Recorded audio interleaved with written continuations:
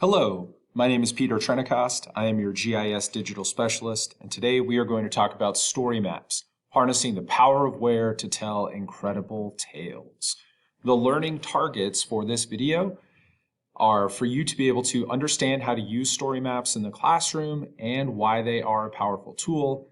And I also hope that you'll be able to locate StoryMap resources by the end of this video. So why StoryMaps? As a classroom teacher, StoryMaps are an incredibly powerful tool to help our students understand the power of where. When we look at geospatial skills or even just basic geography skills, I find that a number of my students, I would say a vast majority of them, struggle with geography. They don't know where things are and they don't understand why the location of an event or a place is important. And StoryMaps are going to be able to help us unlock some of those questions and answers. They're really easy to use and build. I'm going to show you a number of story maps that already exist. And then in a later video, I will show you how to build a story map. And I will give you an example today of one that I've designed that is specifically tied to Georgia standards. And one of the things that I love about story maps is the fact that they can be rooted in inquiry. So if you are trying to get your students to think not just historically, not just scientifically, but really getting into inquiry, story maps are going to be able to pave the way for you to do so. And then one of the things that I absolutely love about story maps is that they are incredibly engaging. The story map that I'm going to show you that I created, I had one of the maybe funniest conversations I've had with a student. I assigned it for homework one year, and the next day I was just eliciting some feedback because I had just built it. And I had a student say to me, "Why can't my teachers create things like this? It was really fun and engaging." And I kind of chuckled and laughed and told them that, hey, I actually had built this, and that blew their mind. So what are story maps? It's a tool that is going to incorporate digital maps, interactive media, and text to tell a story. You can also use this, as I said, in inquiry-based lessons. So what you are going to do is you are going to be able to provide students with tools. It could be a combination of these things. You can also have them build these story maps to answer questions with the whole idea of having them think about the power of where. The fantastic things about story maps is that there are already hundreds of professionally made ones that fit curriculum that you're going to teach in your classes. And so Esri has a website which is just examples from the ArcGIS story map community. And throughout here, as you go, you'll notice that these touch on all different subjects. Geography really does fit into cross-disciplinary connections. You can use it in pretty much every subject, and hopefully you will see the benefits of that. From bombing missions in Vietnam to the age of megacities, you also have issues of conservation. There are tons of story maps that are ready to go.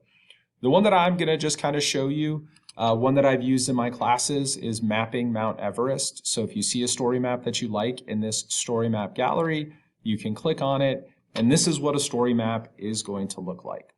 And so this particular story map was a geographer at the National Geographic Society talking about his experience on an expedition of the world's tallest mountain.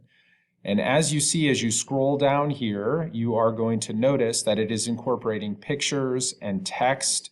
You have awesome 3D renderings of the map that you can manipulate and move around and examine.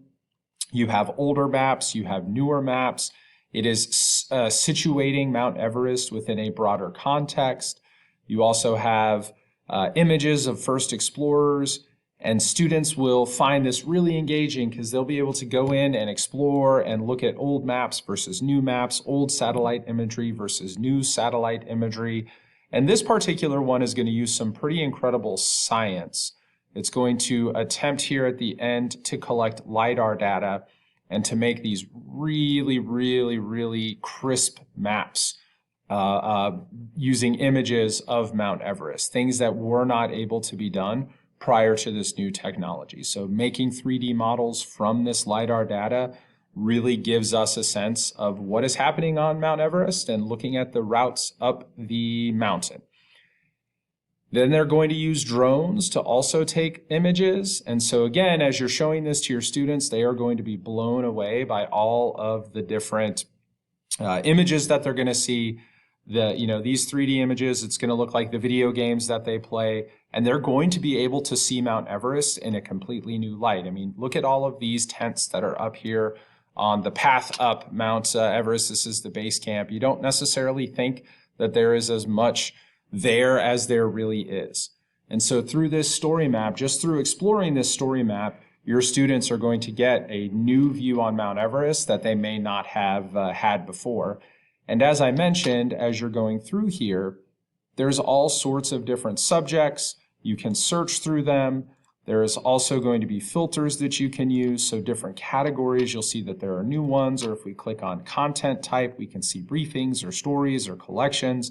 If we click on industry, we'll see that some are education, some are government, some are commercial, some are NGOs, or even topics. Maybe we want to look at one that is nature and physical science. So from here, maybe I want to look at the lines that shape our cities.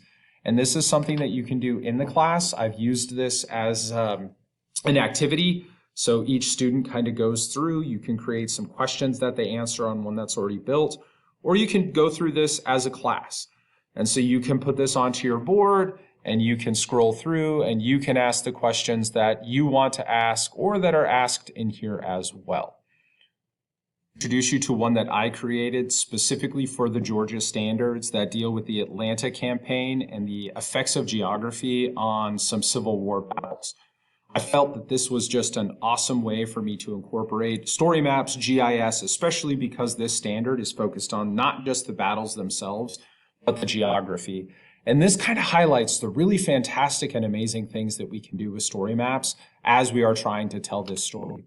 So this particular story map I assigned for homework. So students went home and they went through this, and I put in a bunch of questions that I wanted them to answer.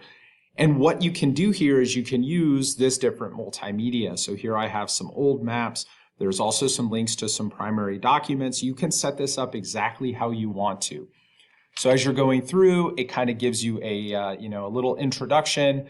It asks them to maybe think about what they're going to learn. So why was Atlanta a strategic target? How did geography play a role? Which is the main question that I'm trying to get them to answer throughout this.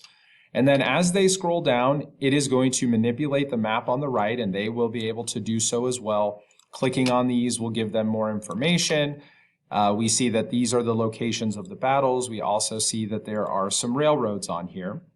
And then as they scroll, again, I have included pictures and images, what questions they're supposed to answer. So they wrote this out. I did also one year during when we were virtual, I created a Microsoft form and they just typed these directly into the Microsoft form. And so as you scroll down, you'll notice on the right, it is getting them to focus on different things. We have historical marker images. We have different battles, different locations, and all of this is tied to the standards. So while they are learning about the specific battles and the people that were involved, they're also answering questions about why geography or how geography impacted it. And they're going to zoom in and zoom out, and they're going to try to make those, try to answer those claims based on what they're seeing using the topography of this particular map. So Battle of Kennesaw, so it just kind of goes through. Here we have links to primary documents, and then there's questions that they'll answer about those documents as well. And I do just want to remind you, as you're building these, primary and secondary sources can enhance the relevancy of the social studies curriculum. However, care must be taken to preview any sources for appropriateness for your specific students and circumstances. Often sources are reflective of the time and context in which they were created. Any opinions or ideas expressed in a resource are not reflective of or endorsed by the Georgia Department of Education. Carefully consider your audience and purpose before selecting your sources. So for me, I went through and made sure that these were sources that reflected exactly what was going on here, mostly primary sources, especially images. It's really fascinating when you can combine, what this site looks like today, and then also pictures of what the battle looked like. And students really got engaged with this. As I mentioned, the day after I assigned this, I had a number of kids come up to me and say, that was awesome. I wish that my students, my teachers created things like this. And then I chuckled because I told them that I had, and they were kind of blown away by that. The last part of the story maps is the next steps.